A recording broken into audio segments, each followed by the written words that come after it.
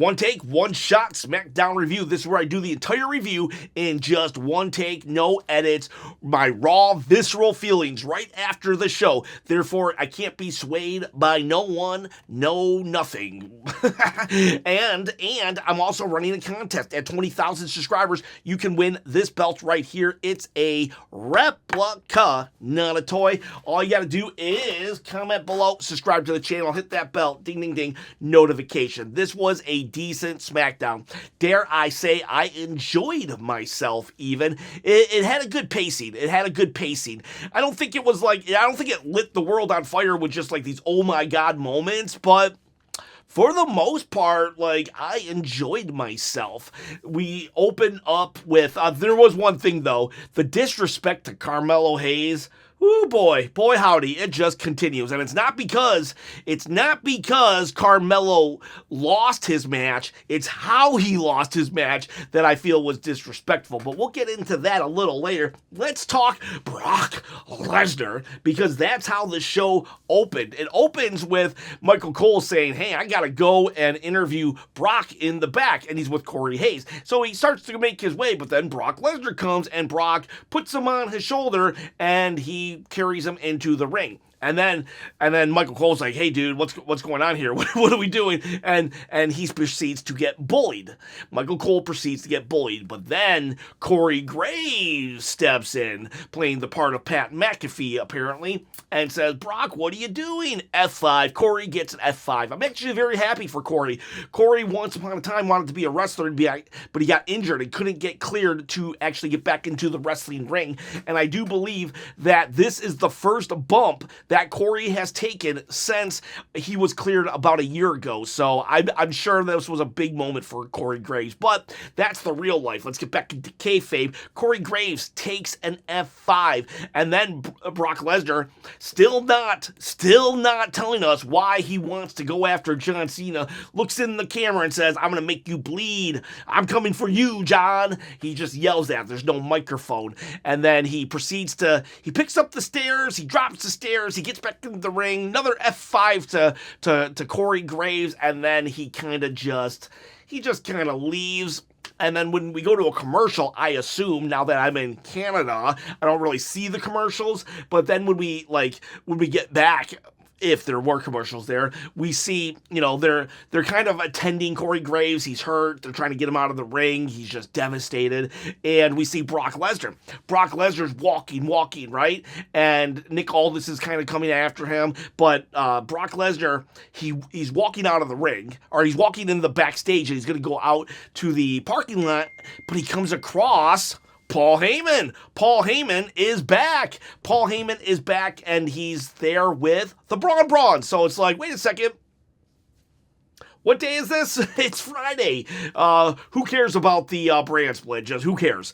And Brock, though, this is the first time Brock and Paul Heyman have shared the screen together since, I don't know, when he fought Roman Reigns, I believe. So, and that was SummerSlam. So what happened here, he's like, call me. And he's like, oh, yeah, cool, okay. And then he leaves, and Nick Aldis is like, oh, man, I don't want trouble from you guys. And Paul Heyman's just like, we came to talk to the Usos. He's like, the Usos aren't here. I don't want no trouble from you. And then they leave. We go to Michael Cole, realizing that his existence puts everybody else in danger. First Pat McAfee, then Corey Graves. He did have that match at WrestleMania 27 with Jerry the King Lawler.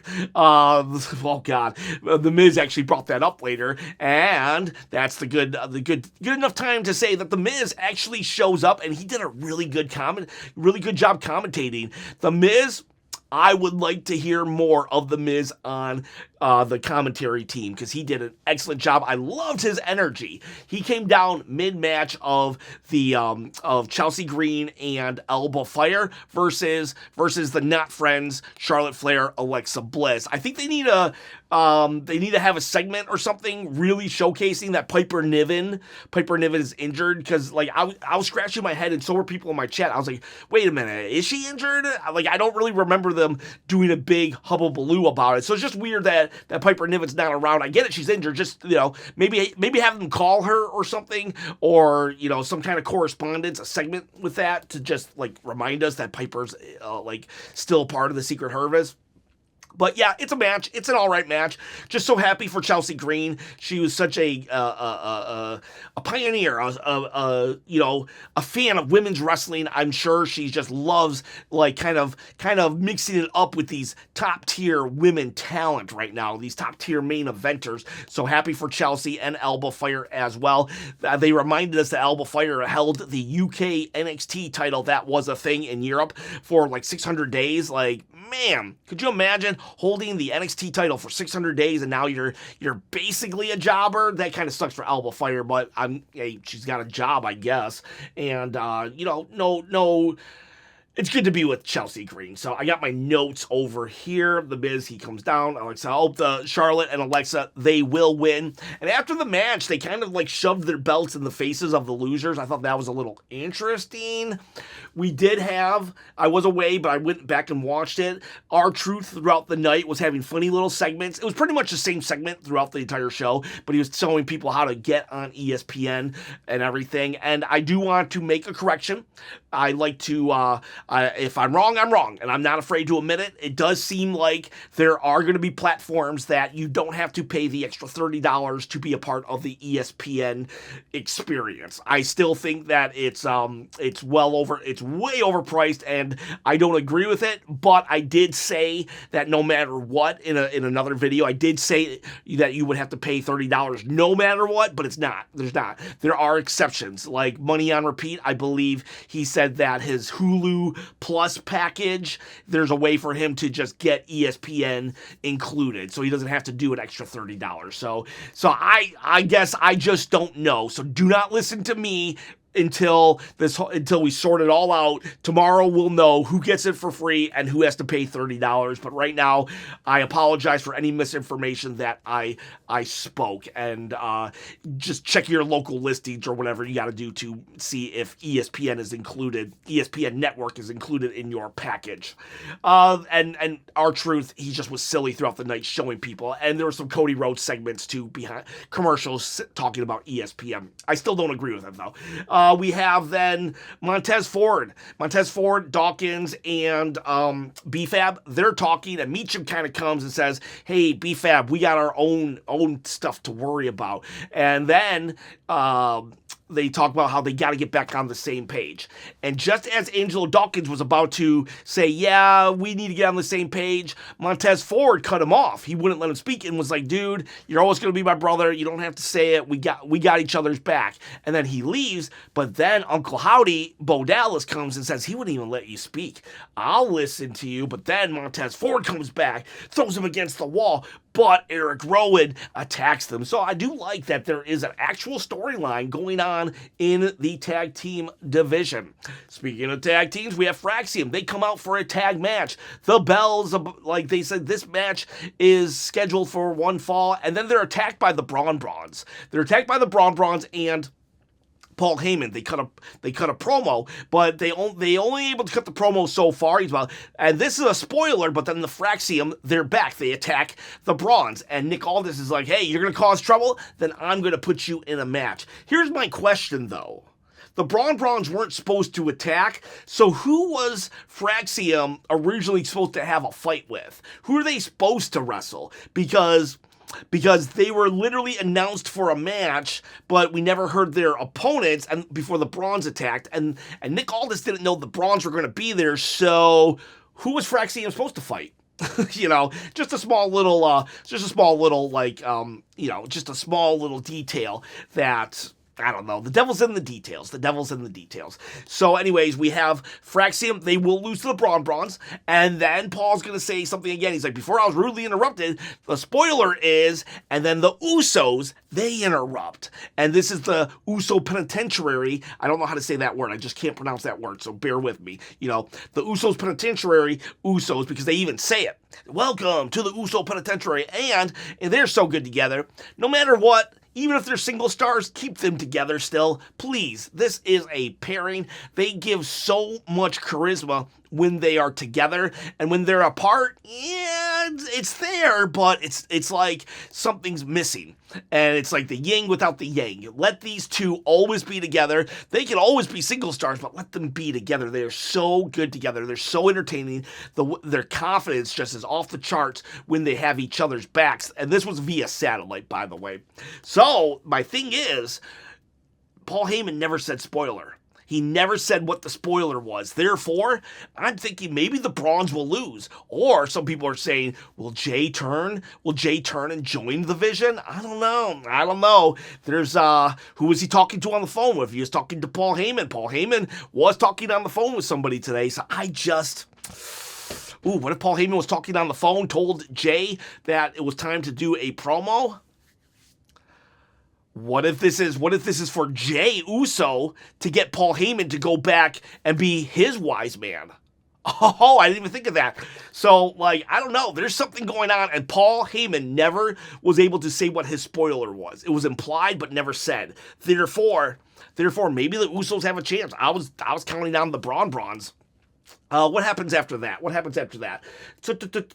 got Nia Jax. Nia Jax comes out, and as much as I don't want Nia Jax in the world title program, she's entertaining. She made me laugh. There was one point where she starts mocking Tiffy time. At first, I was like, oh, this is such low-hanging fruit. Tiffy time, making fun of that. But she did it. She did it so long that it became funny again. So it's like, oh, lame. But then there comes a point in a joke when if you just do it long enough, you start to kind of laugh. And that's what kind of happened with me. I started thinking it was funny. And then I think they took a shot at Jade Cargill. I think WWE literally took a shot at Jade Cargill today. And I get it. You're going to be like, no, Nia's a heel. She's supposed to say that stuff. Nah, there's a difference. They called into question Jade Cargill's wrestling ability.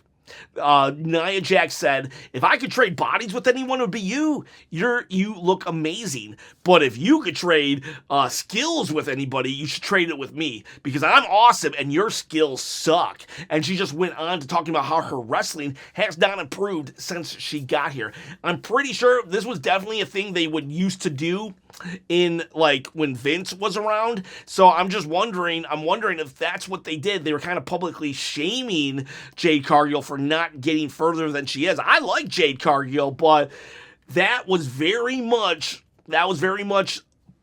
it felt like the old ways. It felt like the old ways of shaming a wrestler on live TV while still making it part of the promo. I could be reading into it, but it did feel like they were doing that. But eventually Tiffany comes out and she's like, I'm going to fight you. And then she kind of goes, but then the refs stop her. And then Jade just comes and she just beats up the refs. And then Nick Aldis gets kind of control and he says, next week, all three of you, triple threat. I did have this in my WrestlePalooza videos because they had t-shirts made. They had t-shirts made of this triple threat, but rumor has it that Tiffany's injured, but it looks like it's not a big injury because she's going to just wrestle next week, unless they do the angle where, they take her out before the match, but they let the match continue because now it's a triple threat. I don't know what's going on, but that is set for next week.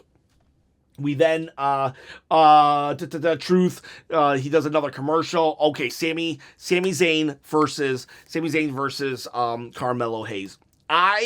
In no world did I think that Carmelo Hayes was going to win. I wanted Carmelo Hayes to win. Carmelo Hayes is my guy. He's him. Melo don't miss. I really wanted Carmelo to win. I was like, oh, I know he's not gonna. I'm not gonna get my hopes up, even though there were a couple moments where I was like, ooh, can he do it? No. So I was like, I walked into this just hoping for a really good showcase of Carmelo Hayes' abilities. So my expectations are really low, right? I know Sami's gonna win, and fine, whatever. I don't care. Sami's gonna win. Well, I care a little, but I've resigned my fact to the fate. The fate. I knew Carmelo Hayes' fate was to lose to Sami Zayn, right? So I'm okay with it. But he lost to a Blue Thunder Bomb. Come on. I looked it up. There were two. The last person to lose to the Blue Thunder Bomb was The Miz, and Miz was on commentary. He didn't help because Carmelo Hayes wanted to do it by himself. The Miz lost. In 2022, AJ Styles lost twice, Ludwig Kaiser has lost once, and JD McDonough has lost once. But that said, I had to scour like Reddit to figure that out because I was like, wait a second, nobody loses to the Blue Thunder Bomb. Couldn't we have let Carmelo Hayes just lose to the Haluva Kick? Like, I get it, whatever, you know. Bronson Reed, he has 2 moves now, the Jagged Edge and the Tsunami. But like, just the Haluva Kick, please. I just felt I felt some kind of way about Carmelo Hayes losing to the Blue Thunder Bomb when it's like it's not Sami's main move. Okay, I did feel some kind of way. And I know, you're nitpicking, Chop. You're such a... Imagine being a 45-year-old who cares about how this wrestler got beat. When people come to a YouTube wrestling channel and they say you shouldn't have an opinion, that's when I'm scratching my head and I'm like, why are you even here? Like, it's one thing to have a different opinion, but some people think you should have no opinion on wrestling because it's just entertainment. Nah, we should. That's part of the fun. Anyways, sorry, tangent there. But for the most part, but I hope you understand me. I do welcome all opinions, but like, oh my gosh, I just couldn't believe that he lost to the Blue Thunder Bomb. I thought that was lame sauce. This is a lame burger with some lame sauce, and it's just like extra lame sauce. Let's put more lame sauce. It's just dripping. I need a bib for this lame burger, and that's what losing to the Blue Thunder Bomb is. Sami Zayn won. So then we have Kit talking to Nick Aldis about toxic masculinity. Thought that was funny. Then Damian Priest is like, I'm not going to be a good guy. I'm not going to be a bad guy.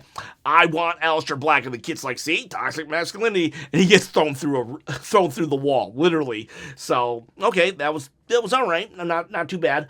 John Cena and Brock Lesnar, we see their...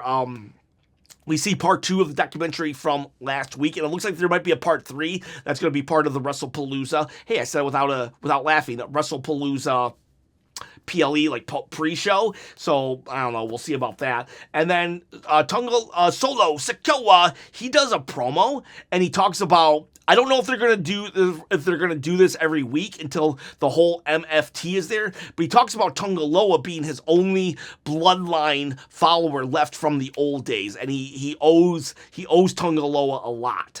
But JC Mateo, hate that name, and Tall Tonga, they were not there, but he did reference the MFT. So I'm thinking every week one of the members he's gonna showcase each member every week. We'll see about that. But there was footage of Haku. I love Haku from back in the day. Haku being Tonga Loa's father. Then we have Drew McIntyre. Drew McIntyre comes out. He's awesome. He's amazing. It's gonna be a contract signing. He's about to talk, but then Cody Rhodes comes out, and I meant to sing the adrenaline in my soul. Adrenaline in my soul, Cody Rhodes. That's what I actually meant to sing, not the chant, but I wish I could edit this video sometimes. So anyways, Cody comes out, and then they talk, and Cody's like, you're a keyboard warrior. He basically just calls him a keyboard warrior, and he's like, you're going to be known for just losing to me at the first WrestlePalooza. But then Drew, who did say, text, thank you, Cody, because now I got a fair shot at the title, and he proceeds to tell him, he's like, dude, like, I kicked your head off, and you were gone for 5 weeks, and you should have came back and beat me up, but no, you're just talking. He's like, you're just a corporate champion, and that used to be a bad thing, but it's not anymore, and that's what you are, that's what I was, and I don't want to do that anymore. He spoke so much truth, but again, he says it in a way that people are just like, boo, kind of like Bret Hart. His character is based off of Bret Hart's personality. Bret the Hitman Hart, everything he says is true, but he just says it in such a bitter way that everybody's like, oh, okay, Bret, and that's what they do to Drew McIntyre. Everything he said was true.